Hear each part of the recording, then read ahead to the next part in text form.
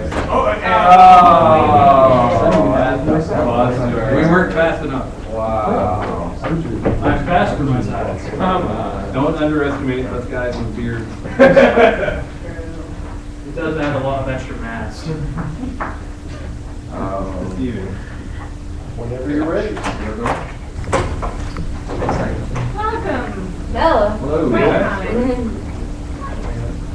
So obviously we're all here because we all do a webcomic in some form. So I guess we'll just start at the end of that time and work our way down this way and introduce ourselves and the comic we do and a little bit about ourselves. Our likes, dislikes, walks on the beach, stuff like that. The beaches around here? Rising one, yes. You went wrong. I'm Michael Carroll, and I do a handful of comics as a set at webcomicsnation.com/carrolltunes, and for the last 5 months I've been updating things to my Facebook page. Started in late 2005, took a break in 2008, and then came back to it last October. My name is Brubaker. I do the webcomic Tales of a Checkered Man. I'm a cartoonist from up in Ann Arbor. And I used to publish it in mini comic form a long time ago until a couple years ago I kind of liked the networking aspect of the internet and reformatted it for the webcomic scene. And I've been doing it since last April, so I'm almost on my first birthday as far as it's concerned. So.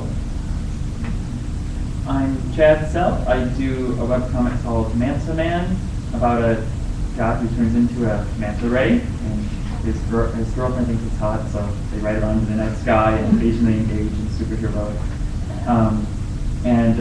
I've just started it in January, but I've been posting stuff online and various stories online for a while before that.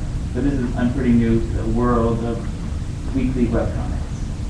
I'm also an editor. I'm Heberling, and I've been doing comics on the web since 2005. My current work is a slice of life autobiographical comic called Alex's Guide to a Life Well Lived, which started out as this 24-hour comic that I did in 2008 about things like don't clap while holding a thumbtack and other such tidbits of wisdom. Before that, I did a long-form fantasy comic called Gyarados about a woman who gets possessed by demons. And I'm this one. Okay, I'm Richard Errington. I'm with Heberling Comics. We do webcomics and traditional form comics. We have 8 running at the moment, 6 of which that I write for. So a lot of variety. Quickly listing them off, I do Bushiden, The Time for Robots, Needle, do this help quickly. I can't remember my own comics. Program Wasted Life. Yes, that's 4. 2 more. No pressure. Which of my babies have I forgotten? And 2 honors. For more information, find him. For more information, go to introversecomics.com. I've been doing this for about a year, and yes, it's quite fun, quite interesting. I do like long walks on the beach, where I live in Connecticut. Yes, with lots of trees and Like in Bridgeport, you want? No, Darien, the place that Stepford Wives is based off of. Yeah, have to deal with lots of drunk teenagers and Ferraris. I am Joe Goop. I do a webcomic, just one webcomic called Desmond's. My pitch is always it's about a Wolverine who stars in a Pokemon-style video game. So the comic is all about the behind the scenes of making a ridiculous game like that. It follows his adventures, like going to actually filming the video game, going to video game expos and Comic-Cons, signing autographs, and traveling all over the world and stuff like that. So it's all the wacky adventures he gets into. His best friend is a carrot, and he's a worm that lives in a zombie's brain.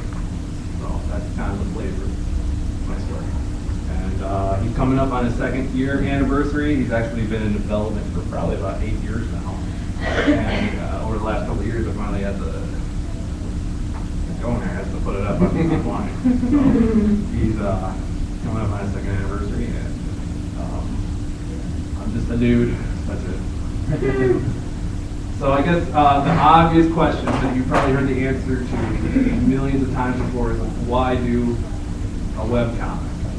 So I guess we'll just start with Mike at the end and come our way down and just explain why the heck are we giving our stuff away for free on the web? I suppose if anyone has any questions at any time. Yes, and if you have questions, just raise your hand or blurt it out, or I don't know, submit it in written form or email form. Eventually we'll get. We like haiku, so if you could ask the question. Or limericks. Limericks are good. Limericks are absolutely 757 good. or 577. Sonnets if you're really feeling into it. We're a very complex crew up here. Take it away, Mike. I Don't. Just pay no attention to the man. We just take it down. We'll let the new guy in. They'll probably call again. I started doing webcomics because several of my characters and concepts, people would say, this would look a lot better in color. And even with all the advances in printing technology and DIY and print on demand, color can still be cost prohibitive, but the internet doesn't say no. So there's that, and I tend to do pretty limited print runs, and I don't get much further out of the state than, say, Hamtramck, Michigan. So I reach a lot more people online. Those are the two big things for me. That and with the different software and technologies, I can update it as often as I want. I'm very undisciplined about that. I can go 2 to 3 times a week and then have like in a 24-hour period crank out 6 or 7. That's great. Yeah, it's wonderful. Yep. Well, I kind of mentioned a little bit in my introduction, like why that I had this character for quite a long time, and then ended up making it into a webcomic, but I didn't say anything what it was about. So I'm going to go backwards a little bit. Mine's about a kind of pudgy, overweight office drone who has a nervous breakdown and decides that he wants to do something meaningful with his life, so he decides to fight crime. And he's terrible at it. He has acrophobia, so running around on rooftops is a really terrible idea. Whatnot. That's essentially, it's a humor strip, but he has thinks he's the shadow sort of a vibe going on with it. Yeah, I mean, that was kind of like some of what you were echoing as far as like getting out beyond your boundaries, your actual physical boundaries is kind of the appeal to me as well. I mean, I set out to just write a comic that I was interested in because I wasn't finding a lot in the superhero genre that I was really interested in. And so, and I love superheroes. So I decided to do that, and I figured that it'd be great if maybe, a couple other people who were interested in the same thing, might find it. And it's worked out, pretty well so far. So that's why I got into it, was to be able to, I guess, share it into a wider audience. I had been working on like big, ambitious graphic novels that I was pitching to big publishers and stuff like that for years, like the last 5 or 6 years, and I wasn't like making much progress with that. Like I was getting better, but I didn't have much to show. Like I was at the point where, do I post this half-finished graphic novel online, even though I don't plan on finishing it? And so for me, like while I continue some of those ambitions, I was very much catering those to like stuff that's appropriate to kids or that seems marketable. But I sort of wanted an opportunity to let my imagination play and like throw in lots of sex jokes and to be sort of raunchy and to have an excuse to draw sexy ladies in their underwear and crazy things that I don't overanalyze, because with my graphic novel projects, I would endlessly revise and start over and redo scenes and overthink things. And with Man-to-Man, like I can't help but like plan ahead and develop characters. But it is sort of improvisational of like, oh, I don't really know where this part-time ninja character is going to go, or exactly what her powers are, or what her favorite, weapon is, And so for me, it's a fun sort of adult playground where I can just put my stuff out there, not overthink it, and let myself run wild. For me, getting into webcomics was pretty much a given when when I've also been reading webcomics for over 10 years. It just sort of evolved naturally out of me being a webcomics reader for so long. And when I started the comic now that I'm working on, in particular, Alex's Guide, funny things happen to me, and I like looking at comics, and I like sharing them with people. So, if anything, my comic is almost like a visual blog in that sort of way. Just sort of sharing what happens to me in my life and also creating things. Being able to be funny is something that I like. Okay. Yeah, I got to webcomics. I've been reading webcomics for years as well, and honestly, I think in the 21st century, comics should be more than just, printed medium. They need to be online as well. They need to be able to be accessed through social networks. You need to be able to quickly link to things. You need to get instant response from people, criticism from people, which webcomics allow. And that's mostly why we chose to do webcomics. And with us having 7 to 8 ongoing series, we're able to update every single day of the week. We're able to see what people like, what people don't, see if we're going to ship something out or not. And so far, it's been working out quite well for us. We get the expanded ad revenue from being a website, being online all the time, and I really love the fact that people are interested in the comic and get into contact with us straight away, and point out every single flaw that I've ever done. Oh no, you're missing a punctuation point. And I reply, why yes, good sir, you have spotted it. You win validation. It is. And I am happy with anyone, even if they're complaining to me because they have taken out a little part of their day, even if it's just to be spiteful, to touch me. Yikes. How do you follow that up?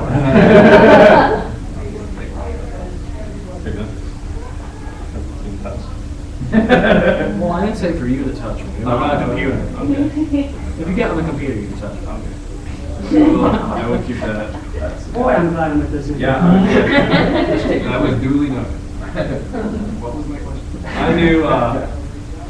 I do webcomics because it's like anyone can do a webcomic. There's a couple of young girls, like 4 or 5, that have been wandering around the convention with their own webcomics. They probably have more hits than I do. But that's how easy it is. It's like very minimal startup fee. It's a lot of work on your end because you have to update, you have to have actual, for lack of a better term, product to promote. You actually have to have your artwork up and going for people to come and view you. But once you have that and some knowledge of the internet, you could pretty much do whatever you want as far as the webcomic goes. You don't have to have so much money to do print. You don't have to order so many quantities to meet the minimum order for comics or anything like that. You're not stuck with a ton of storage space in the basement and run the risk of moisture damaging your product or a house fire wiping you out or anything like that. The nice thing about webcomics is anyone can do it. As long as you have a computer, pretty much everyone has. No matter, it could be a super old computer, it still works as long as you download some type of web browser. But it's the easiest way to get stuff out there to a lot of people. And you never know how many people are going to. I look on my Google gimmick and it says there's like 2 people in Sweden actually that read. Well, no, 2 people enjoy Desmond in Sweden. But it's like, if I just did print, I could probably affect like people in the Ohio area, Michigan, Illinois, maybe Indiana or something like that. And by publishing to the web, I can affect everyone around the world, or everyone has access to that. The scary thing about the web is the fact that you're putting yourself out there. And once you put it out there, like they say, it's forever. Like you can put up for like 5 seconds the potential that someone's already clicked on and copied it and send it to everyone on their Facebook or whatever. It's very like, so it's kind of like backing up what Richard said, like any mistake that I've made or any comic that I put up that was like really badly drawn or like that wasn't a funny joke at all, then it's like it's up there forever. But you know, at the same time, I have a lot of jokes that I'm particularly proud of, and a lot of drawings that I like a lot, so that goes up there too. So it's a lot of giving good with the bad. And I think one of the biggest advantages of having a webcomic is really putting yourself in connection with your fans. And that'll go into my next question. I think I'm going to kind of go for it. I'm going to point out, like, I'm going to ask Denver, and I'm going to ask Michael, and I'm going to ask Alex. I'm going to kind of direct it toward them. But since I think they, out of all of us, they've been, especially Alex, has been doing this for a while, and Michael, how much interactivity do you have with your fans just through the web, or through emails, or through comments, or anything like that? For me, the most interaction I get is through the comments on my website. I run my site through a WordPress blog that has a comic press plugin in it, which makes it through navigation and comments and all that great stuff. And yeah, I mostly interact with fans through comics, sometimes through Twitter, and then like I also post my links on Facebook so that my friends read my comics too. So there's some too, but much part of it goes through the website itself with comments. No, except I get comments directly from each post.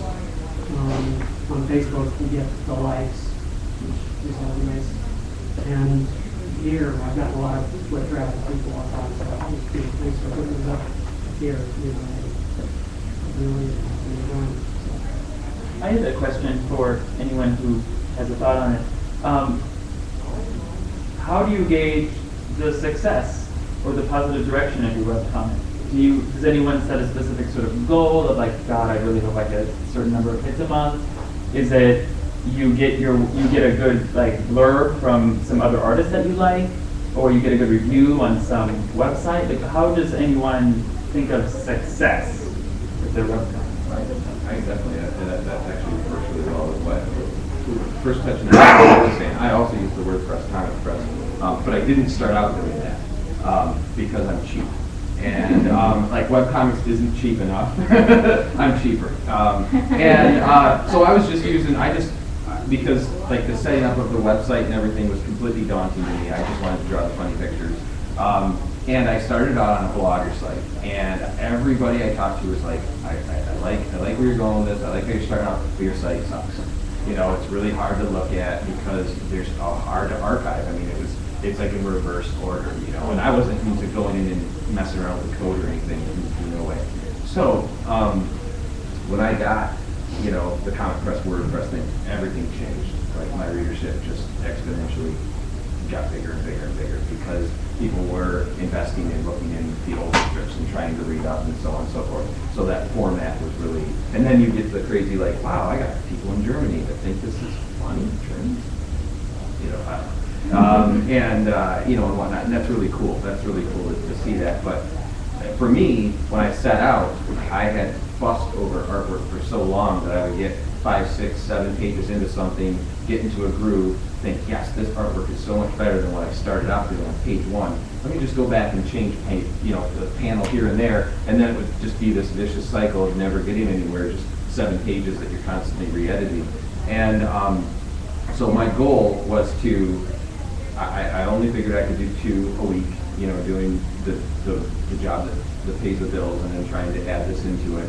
And so the success for me was being that I'm only like 4 strips away from my anniversary or birthday or whatever, it was to have the 104 strips. Like, I'm going to hit this mark. That is the measure of success for me as far as this is concerned. you know, whether that was going to be 24 people that read it on a consistent basis or, you know, 2,400, I don't know. You know, it's like, it was, to me, it was more of that I want to start and I want to finish. And that's been the measure of success for me as far as my comics so far.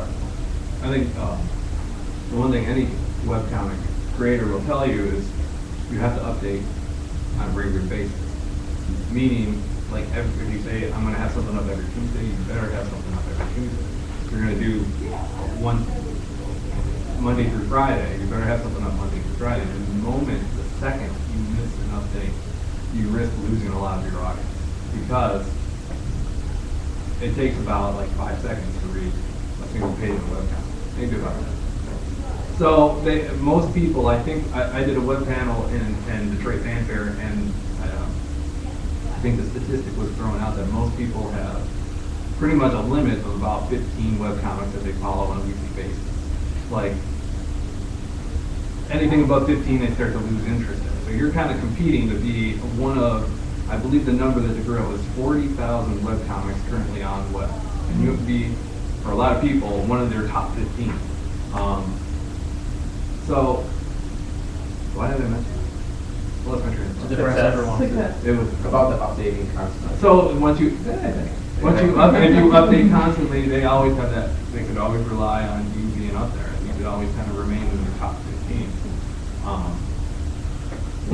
So that's my measure of success. If I can make it on time, I make my deadline a lot. And like Denver kind of touched on, if I just had my own deadlines and my own print deadlines, you know, I could go back in. I got plenty of time. Let me go back into page 2 and rework it. And now, since page 2 is all different, I got to rework page 3. Oh, let me just start over on the whole comic. And my deadline keeps getting pushed and pushed and pushed. But now I have a hardcore, it's like every Tuesday I better have something up. If I'm here at S.P.A.C.E, I'm drawing my webcomic like right now to get it up by Tuesday. And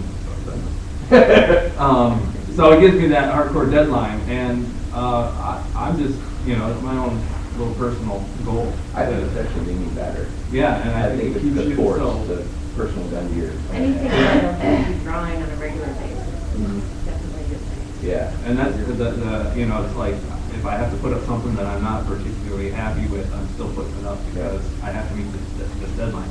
The good thing is I can redeem myself in 7 days and draw something that's really funny or really well drawn or something like that. So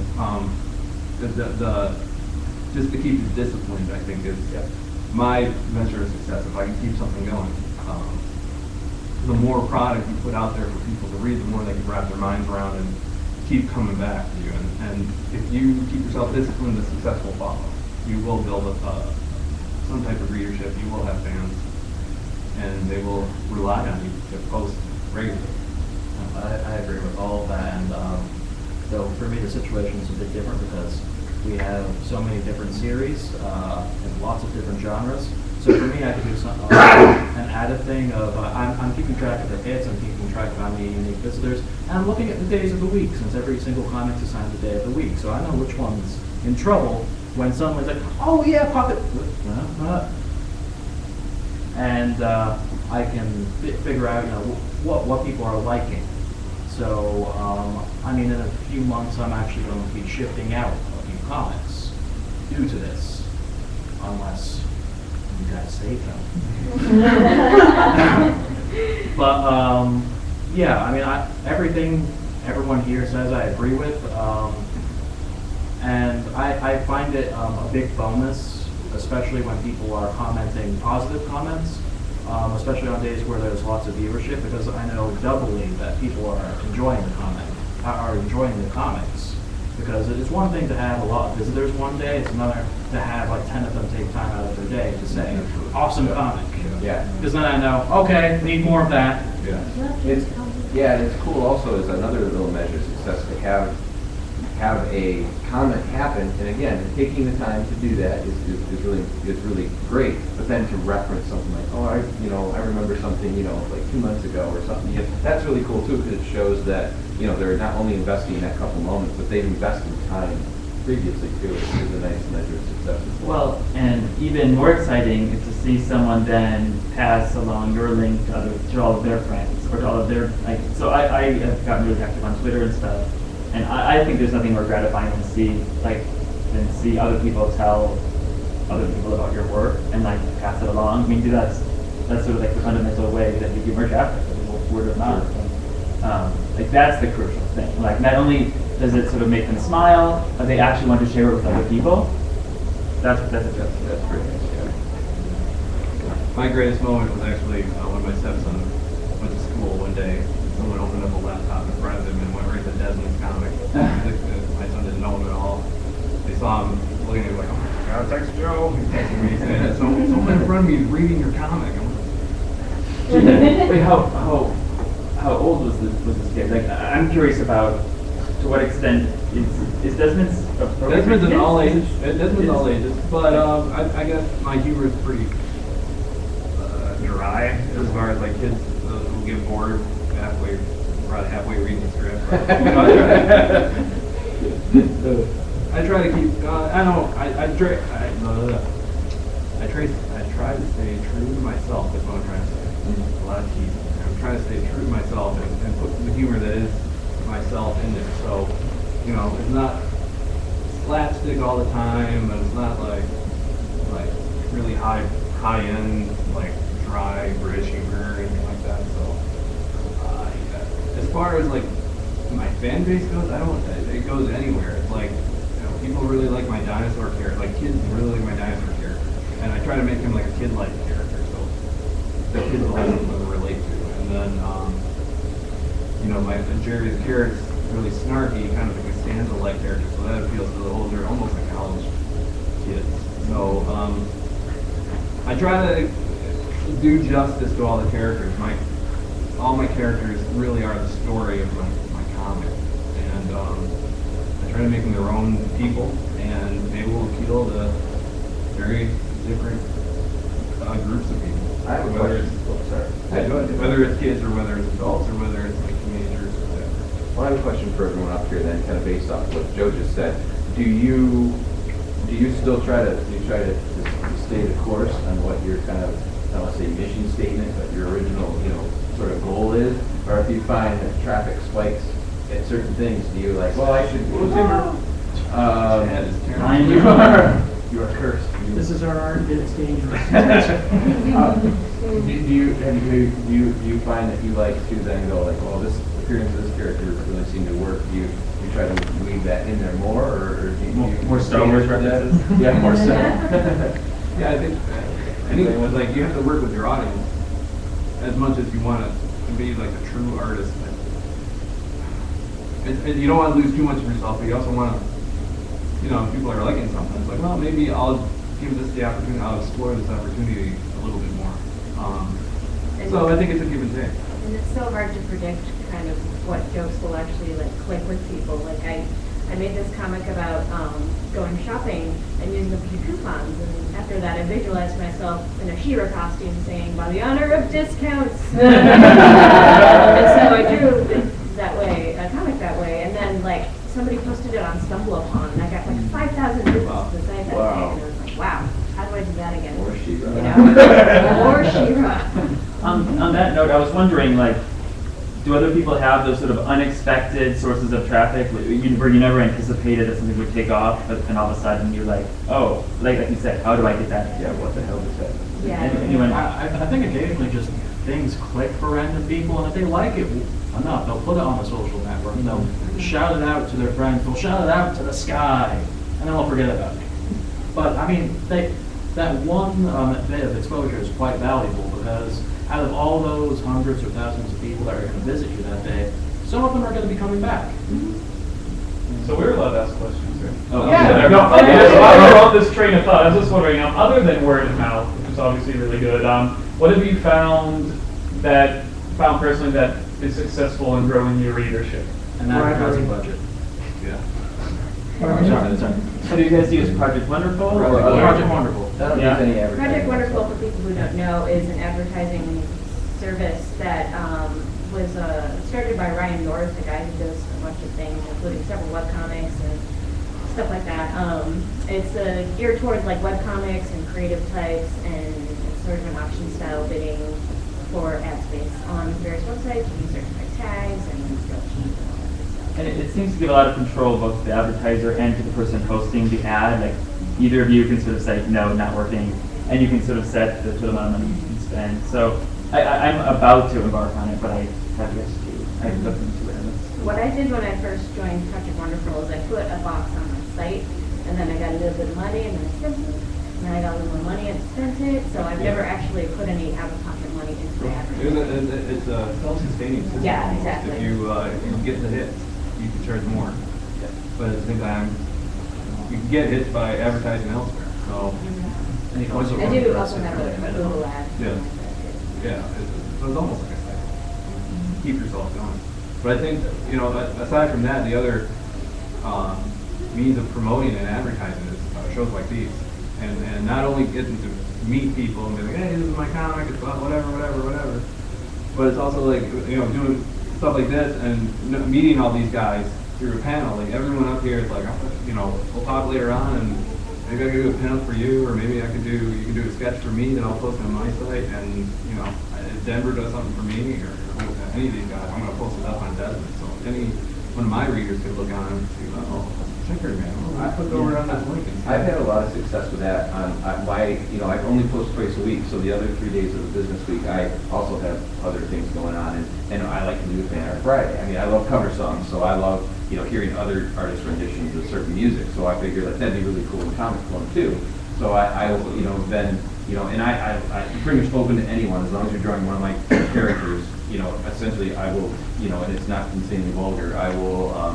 I will use it, and I've had a 4-year-old little girl draw a picture of the character, and I've had some people that I really admire and kind of was looking to for advice and inspiration when I was starting mine that have like, oh, I want to do a pinup for you, and it was like, squeak, that's really cool. But I've also found that I've received a lot of extra traffic that way. Dave Reddick from Legends of Bill did one for me, man. My readership went crazy, and that was awesome. Yeah, that was really cool. So that's what I found with that networking aspect. Because then another friend of mine, Joel Spaltner, who does Promises, she did a pinup, and she said like, wow, I got a decent amount of traffic from your site. That's really cool. So I actually went to that site after seeing that's the cool. pinup on yours. I'm like, let me check this out. Yeah, That's a very good webcam. Yep.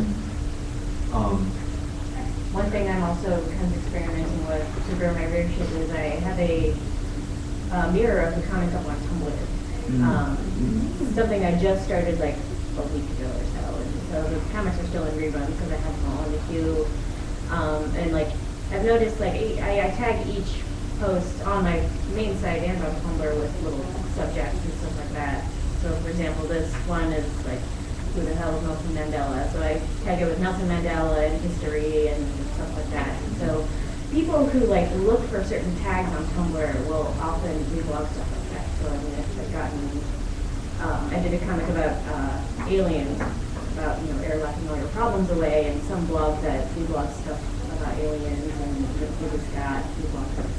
It's kind of interesting how that's working out. I'm interested to see how it progresses in the future. And Tumblr seems pretty conducive to that within the infrastructure. Oh yeah, there's infinite reblogs and comments and stuff. It seems like a really good place where my comic might be able to go.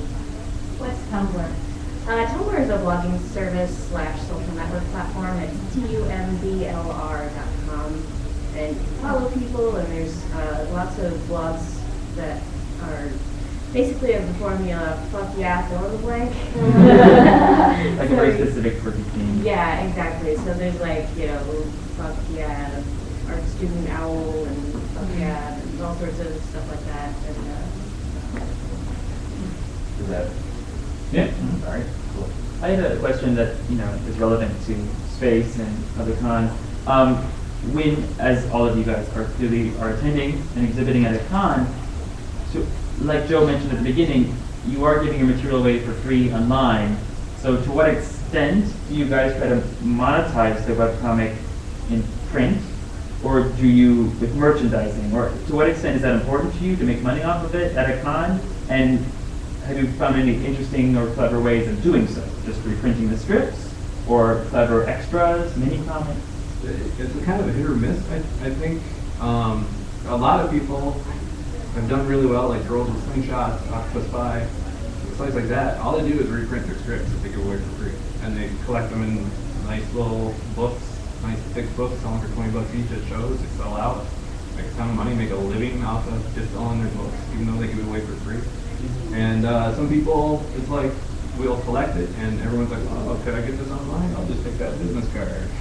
And so it's kind of hit or miss as far as reprinting. Desmond's kind of been, like, surprisingly, I kind of geared Desmond toward a small press, like S.P.A.C.E, S.P.A.C.E style of book, and I try to do high quality stock and nice looking prints and hand assembled books and stuff like that. And they do kind of okay here, but I do the same stuff at like superhero mainstream comics. They do pretty well there. So, you know, there's a reprint aspect that does okay, but I think my direction personally for me is I'm going to do some original stuff and build up some graphic novels that I can sell for 20 as opposed to selling little books for $5 or little mini books for $1 or whatever. And a lot of people that have made it, they say, yeah, the real money comes in graphic novels, because then you're selling a nice chunk of a book for like $20 a pop, and that's where the real money comes in. So that, personally, that's what my battle plan is for money. I think money is very important to keep Desmond kind of going. It's a fun hobby, but I don't want it just to be a hobby. I want it to generate a little something to sustain itself, and that's when it stops becoming a hobby and becomes more of a business. So I don't, who else is? I mean, yeah, reprinting comics is really go, but one of the things we do differently is we have a lot of pages that we hold in reserve, and we have the option of, well, okay, you can go week by week with us, you can slowly do this, or if you really like one of our comic series, buy the comic and be months ahead. And I know for one of my series, Bushi, we're doing issue 4 next month to be available, and then that goes, you're basically 8 months ahead of the website by then. And then, I hate to sound cold or anything, but once someone has something like that that they like and they're starting to pay for it, we're going to look back at the website and say, aw, I can't read this again on Monday because it's behind. Then they're more likely to buy your next book because you hooked them. I hate to sound like a drug dealer. My webcomics are crack and I'm trying to sell you the crack rock, and oh look, here's a little crack rock for free, and here's a big one for money. We're all dealers at heart. It's true. Oh, the crack rocks Introverse Comics have. Yeah, they're huge. You should get them from Introverse Comics. And do you guys ever solicit direct advertising, or do you just use like Google Ads and Project Wonderful?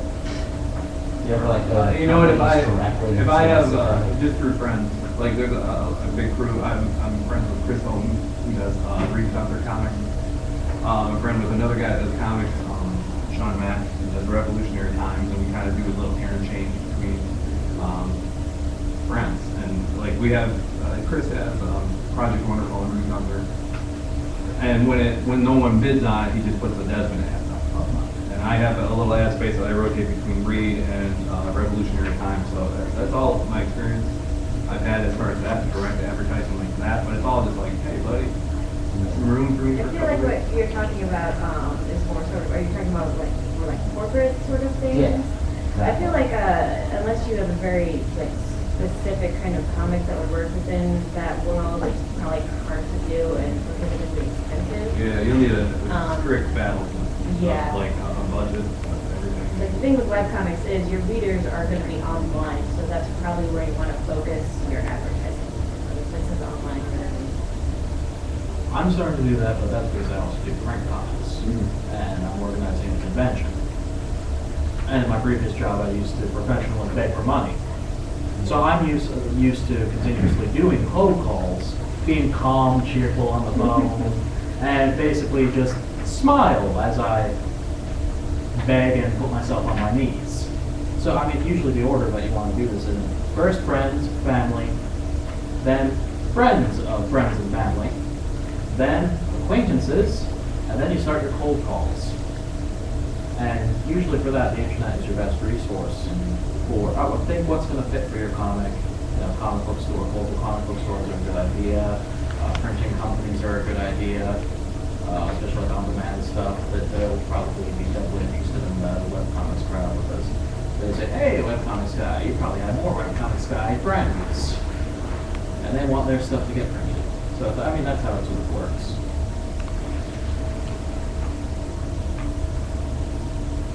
I had one question. I mean, and this might be applicable to people in various ways, but with your webcomics, to what extent do you think it's useful to establish sort of an ongoing story with possibly convoluted continuity and a large cast? Does that hook a reader, or does that just alienate new readers? And to what extent do you try to make each installment self-contained? I can talk about that right off the bat, because one of my, not epic fails, but one of my, when I first started developing my webcomic, I was writing because I was copying and thought that I could do this for 5 days a week, you know, no problem. Just a comic, you know, whatever. And that was not the case once I started getting into, I was getting really picky about the toning and everything like that of it. And so I decided to drop it back down to 2.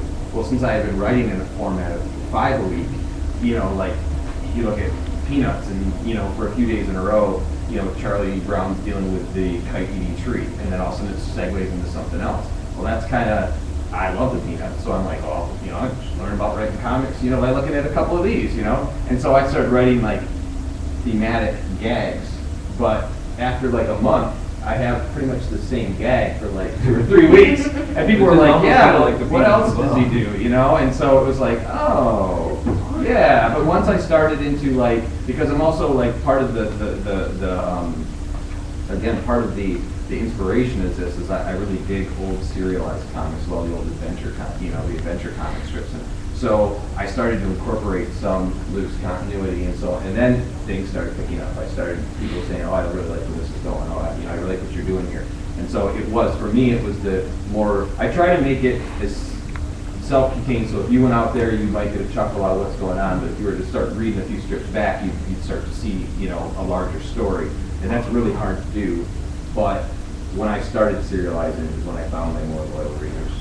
I feel like every cartoonist on the web, or in general, kind of gets that, you know, continuity itch. Like after a while doing Gag a Day and standalone gags and stuff like that, they're like, I think I want to story. Add to the story, and then you're like, so I feel like it's a very common sort of calling that we all kind of get. I mean, me doing an autobiographical comic, I don't really do that since my life is unpredictable, but.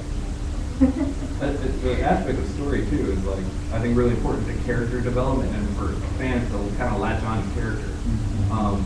I try to run Desmond as self-contained as possible, so anyone can just open it up and it's like, they don't need to know too much background to understand the gag and everything like that. And hopefully the gag is enough to hook them, but there's a long-term, very loose, it's like I make it up as my girlfriend, but there's a long-term story that's going on that each character is going to react off of some of these events that are happening, and then, you know, that deepens their character, and hopefully this develops themselves. That, you know, some people could see, some readers could look at it like, oh yeah, you know, I feel like Jerry today, I'm just gonna yell at everyone or something like that, and they can kind of relate to somebody somewhere along the line. So I think backing up what Denver said, it's like it's really important to have something where anyone can jump on, but have a loose continuity behind it, so that there's something to sink their teeth into. It's like when you think of memorable comics.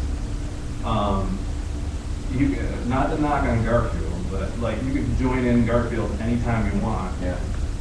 But you're not going to be like, man, I can't wait to see what happens in Garfield. I think he's going to hate Mondays today. Like, but you can pick it up and be like, I hate Mondays too, and then put it away. And then, You might do. right, well, Never know. I think it's a very difficult balancing act as a writer. I actually, when I started Man-to-Man, I think I had the opposite problem with Denver, where I had a big cast of characters and I loved them all and I wanted to introduce them all right away, and I did. And then I got this idea for this long, outrageous sort of a first storyline involving like a series of mistakes and misunderstandings that just like keep cascading and like increasing absurdity, and I was like in love with the story idea, like, oh, I'm so clever. But it requires the reader to understand, well, this happened last week, and so that's why it's funny this week, because they're misinterpreting last week. And so then I've been like, oh, like I'm gonna see the first storyline through because I think it is fun, but then I'm gonna try to make each more self-contained, but they do flow together. Like, oh, this clearly all like these 3 installments happened that night, and I can see how this tied into the other thing. But it doesn't require like someone to read a whole back history or a whole cast page to understand what the hell's going on. Like a lot of like Marvel, every first page is like a, Right. The whole front page now is the little blurb that used to be up at the top of the banner. it's like too much work. Sorry. We've got about 5 more minutes here, so are there any more questions from the audience?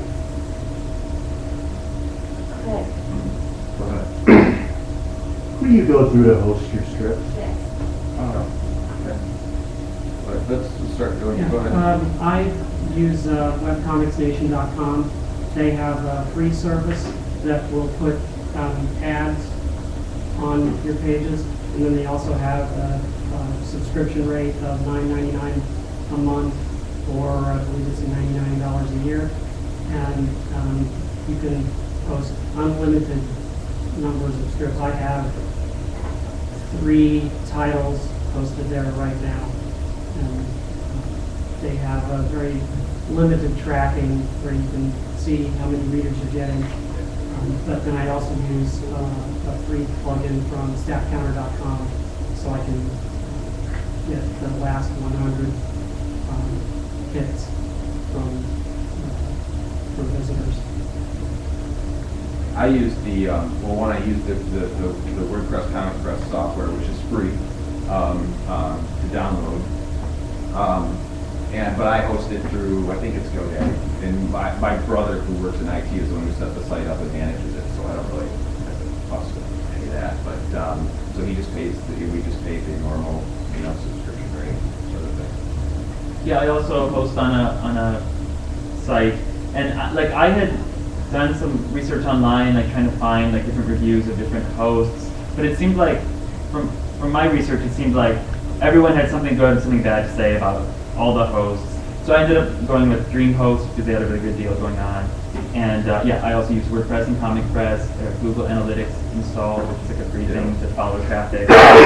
He suggested it. So that's how I host. I host this company called StartLogic, SPARTLOGIC, at startlogic.com. My package costs like $100 a year, so not including domain registration, which is about $8 a year, something like that. And I get like a ton of bandwidth and a ton of storage space, and it's really great, very cool. I just use a little local company to host my site. It's just a Joomla page. It's a custom Joomla site. Nothing too special. My host is S.P.A.C.E system, and they're pretty cheap. I might be upgrading soon because bandwidth is a little bit low. And I just use Comic Press. And if you're thinking about doing a webcomic and you don't have any background in designing or programming websites, I implement it. Because Comic Press is all based on CSS programming. So if you know that, you're golden. If you don't, then it's not like HTML. Well,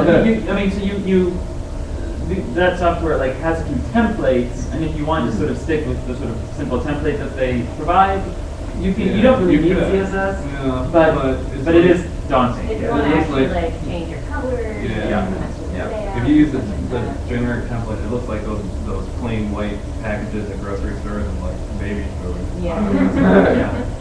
So make some friends that know how to program. So I mooch off my brother. There you go. Or talk to Denver. And there was another question. Oh, that was the same question. Oh, it was the same There you question. go. If there are no more questions, I have one more to ask to kind of close us out.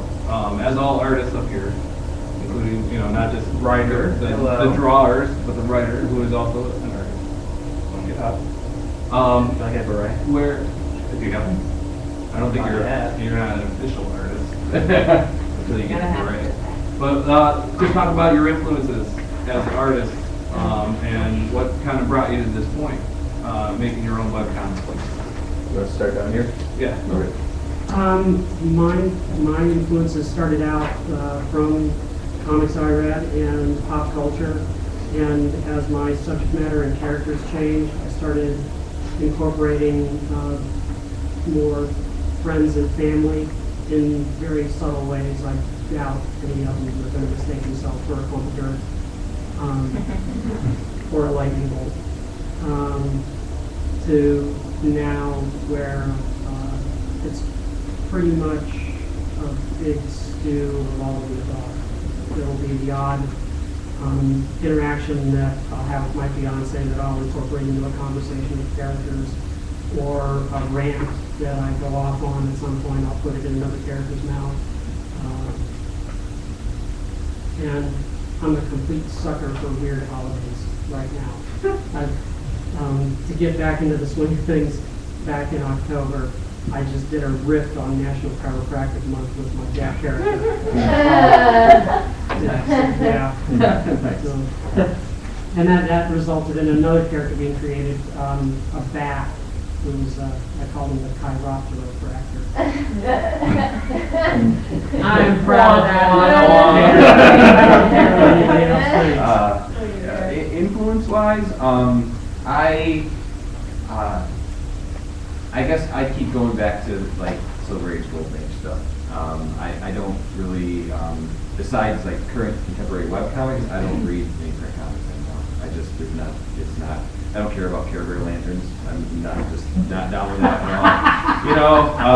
And so like when I put they're pretty. No, not for me. I was bad enough when there was like a million green ones, and now there's a million puce ones, and forget. You lost me. Yeah, well, 2 points for bringing up the color puce. Who would have thought that was going to happen? But as far as influences, I mean, anytime I get stuck, it's going back to Stan and Jack. That's just the way it is. It's crack open the Essentials, so you see the black and white Jack Kirby artwork from the early Fantastic Four, and I'm gold. As far as like what influences kind of the strip, what really ended up making the Checkered Man character start to work with me is when I started putting a lot of my own insecurities and issues into him and making, more, not autobiographical. I mean, I don't wear my underwear outside and have a tablecloth around my neck or anything like that running around, but some of his more personal issues, started doing that. He just started, carrying it on, and that works a lot for me. But when I draw the strip, I listen to the shadow, and that's what really helps pull that. I listen to the old time radio, and that's what helps pull me into that world. So that's where I come from. A lot of my early work was sort of on the other end of the spectrum, where I was influenced by like the artsy graphic novelists like John Porcellino was a huge influence, Greg Thompson and Adrian Tomina. But I wanted to sort of get wackier, and I thought of Man to Man when I was reading the final volume of Scott Pilgrim, and I was like, why isn't anything that I write as fun as this? And I kind of was random. So I think of Man to Man as like a cross between Love and Rockets, with like the sort of weird avant-garde, queer, edgy shit, crossed with Scott Pilgrim, Scott Thompson. Right? But it's sort of also filtered through an aesthetic sort of inspired by Hark of Vagrant by Kate Beaton.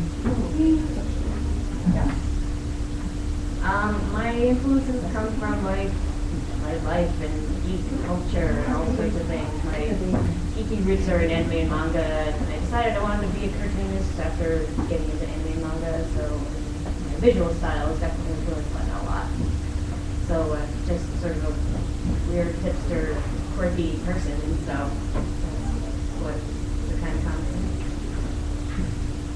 I'm influenced by way too many fantasy novels, history novels, science fiction novels, really bad science fiction movies, and occasionally by my own artists, as when they say, well, I could do that, but then I'd be working for 10 hours.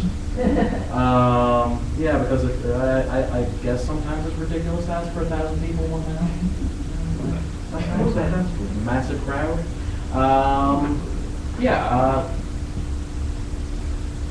I'm just really into those sort of genres, and I tend to stick to them. Occasionally I go outside my comfortable, happy place of fantastical things, but not all that often.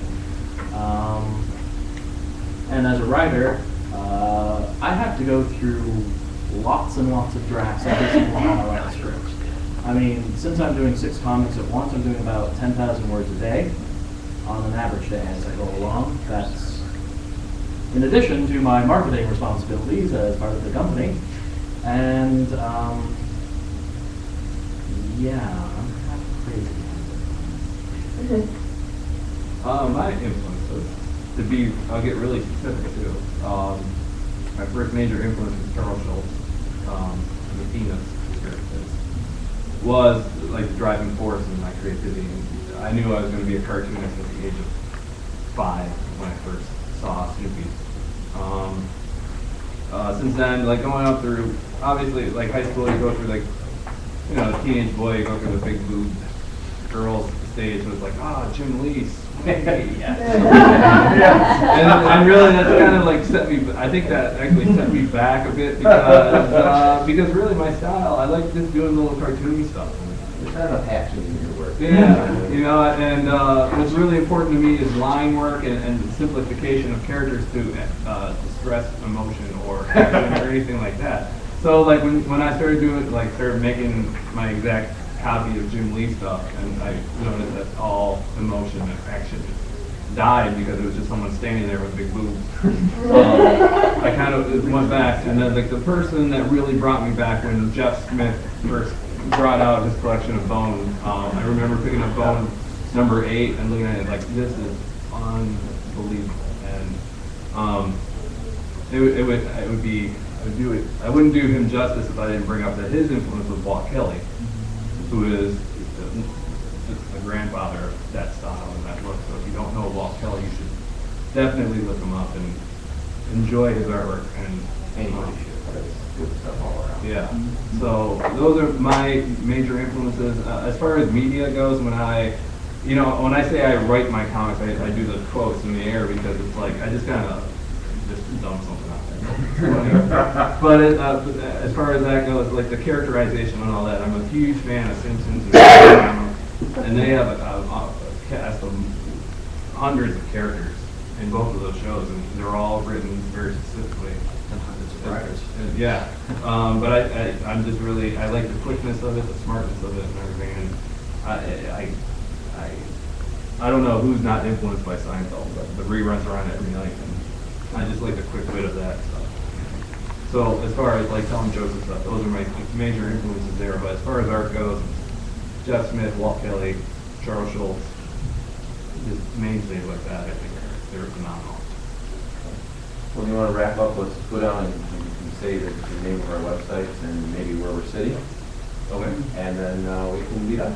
We'll do that. All right. Very warm in here. Webcomicsnation.com/carrolltunes, that's CARROLLTONS. And for the more recent stuff, which I am updating the Webcomics Nation all the time, you can find me on Facebook. And you stop by my table, I'm at 114. If you didn't pick up a comic here, you stop by and say you were in the panel and pass one off. You can find my stuff at www.thecheckeredman.com, and I'm sitting over in the Panhandle in 55. I'm at mansamancomics.com, all one word, updated weekly. I'm also sharing table 55 at the back of the Panhandle with my first. My comic is at alexsguide.net, and I am right next to Michael on table 113 and on the very end. Our comics are online at interversecomics.com, update every day of the week, and I'm over there, that direction, I can see it through the wall right now, table 50. Does anyone want a free t-shirt? Which one rose your hand up first? Honor system. Honor system. Okay, there's 2 t-shirts. T-shirt can. Okay. 1, 2. These are going to split apart in the air. 1, 2, 3. Fight to the death. Well, that was almost right. That was like, I think that was a work right there. It was like, here, take it. Oh, but I'm at DesmondsComic.com. No www if necessary. And I'm at table 79, I believe. All right. Cool. Thank you very much. Thank you. Thank you. These are people getting them shirts, you get comments.